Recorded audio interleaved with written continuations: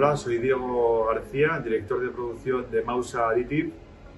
Llevamos más de 40 años en el sector del plástico, fabricando moldes e inyectando piezas de plástico para todo tipo de sectores.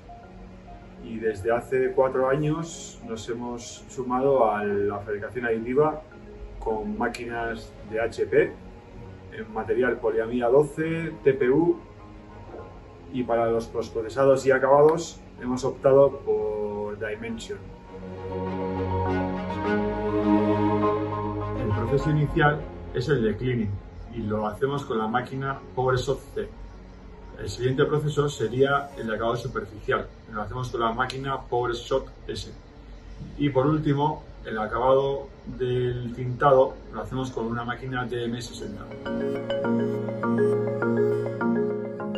En Mausa Additive no solo imprimimos piezas. Dada nuestra experiencia en fabricación aditiva, ofrecemos unos servicios integrales de acabados a medida. En Mausa Additive abarcamos todo tipo de sectores, desde el protésico y médico hasta los más precisos y técnicos, como pueden ser el aeronáutico, mecánico, automoción, electrónico, entre otros.